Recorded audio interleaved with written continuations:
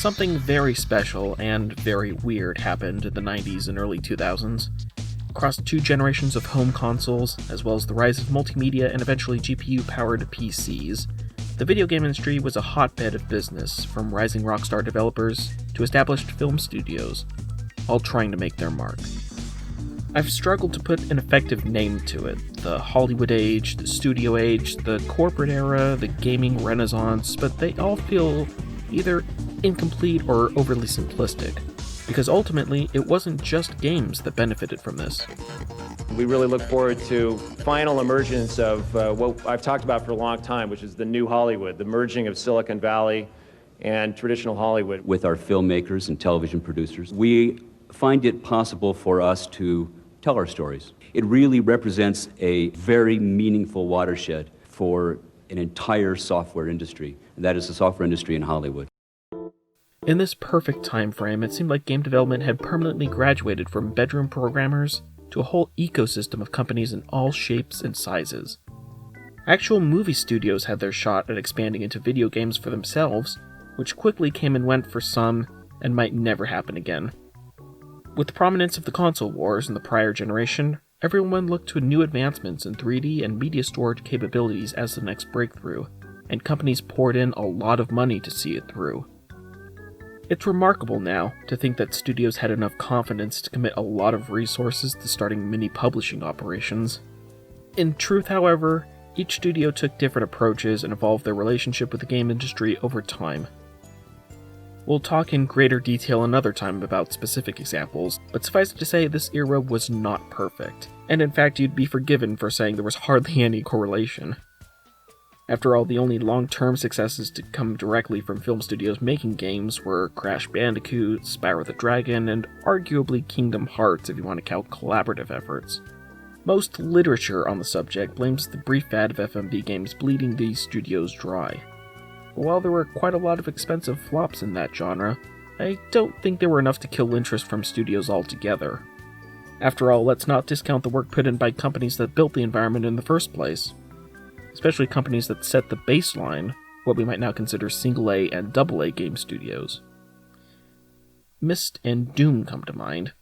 Both released in 1993, and despite having entirely different tones, they both had just as much influence on gaming and game development in their day as Minecraft did almost 2 decades later. The difference is that Minecraft came at a time when indie gaming was a growing industry all its own. id Software themselves became a single-A publishing partner of sorts, and Cyan were basically considered the first art house gaming outfit. But the craziest thing? This trend was not unique to gaming. Not by a long shot. In fact, if you're watching this, you're likely already aware of the Disney Renaissance, as explained in great depth from different angles all over the place. That was part of this age too. In fact, I think animation and gaming went hand in hand during this time, going through the same exact motions from end to end. I could even sum up this overlap so succinctly with one title, the Virgin Games release of Aladdin, made with contributions by Disney Feature Animation. It wasn't the first to use hand-drawn animation, and it wouldn't be the last attempt by Disney, but it was still worth remarking upon. We're very excited about being able to bring our expertise as storytellers and being able to take the great success and the strength and the humor and the comedy and all of the wonderful elements of Aladdin and bring them to the Sega Genesis. But in the case of animation alone, there was a reason that it was called the Renaissance Age. Well, several reasons. But basically, the inheritors of the major creations of the Golden Age found ways to not only monetize the crap out of those original creations, but also to create all kinds of new stuff that paid homage to the Golden Age in some way. Disney pursued musical theater and old stories, Warner Brothers made throwbacks to their classic cartoons, Hanna-Barbera essentially sacrificed itself for the cause of creating and expanding Cartoon Network. And just like with video games, as much as new technology was center focus in everyone's eye at the time, virtually all the longest-lasting franchises from the 90s tapped into some form of nostalgia. Progress was made by looking backwards and forwards at the same time. So, what happened then? Well, in a nutshell, games became too big and too small, all at once. The 5th and 6th generations were right at the sweet spot of being simple enough for a good dev team of decent skill to create a quality game. but fresh and cutting edge enough to not feel like a wasted investment. Studios could leverage their own in-house talent, or they could reach out to one of many work-for-hire companies who were production savvy enough to take advantage of early middleware, and outsource things like sound effects and music to post-production houses. This was entirely necessary in the eyes of studios to justify the bread and butter of their operations, which of course were tie-in games. But each time consoles +1'd, there was an inherent adjustment period necessary.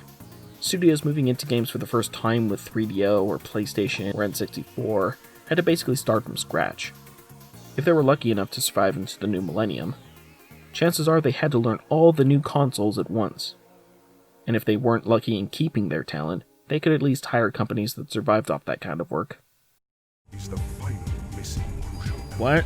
Speak up. I can't hear a single word you're saying. But the PS3 turned out notoriously hard for developers, so the adjustment period was longer than ever before. And with the exception of Warner Brothers, which came up rather late to the party and ended up doubling down, studio interest almost completely dried up. At the same time, new avenues came in for indie games to return with a vengeance. Browser games using Shockwave, Java, and Flash took over as indie hallmarks, followed soon by free-to-use engines and later mobile games. But funnily enough, film studios eventually flocked to these as well, since they were much cheaper and simpler platforms, which made it even easier for many to drop consoles altogether. This was around the same time that Flash took over animation both on the web and on TV with cartoons going digital. The budget gap made by 3D animation was partly responsible there, but basically the corporate engine settled pretty quickly by the mid-2000s. Ultimately, corporate influence on games and animation didn't end, but it did shift which companies shilled out the biggest budgets. The industry today is quite insular at the top compared to where it was in this crazy age.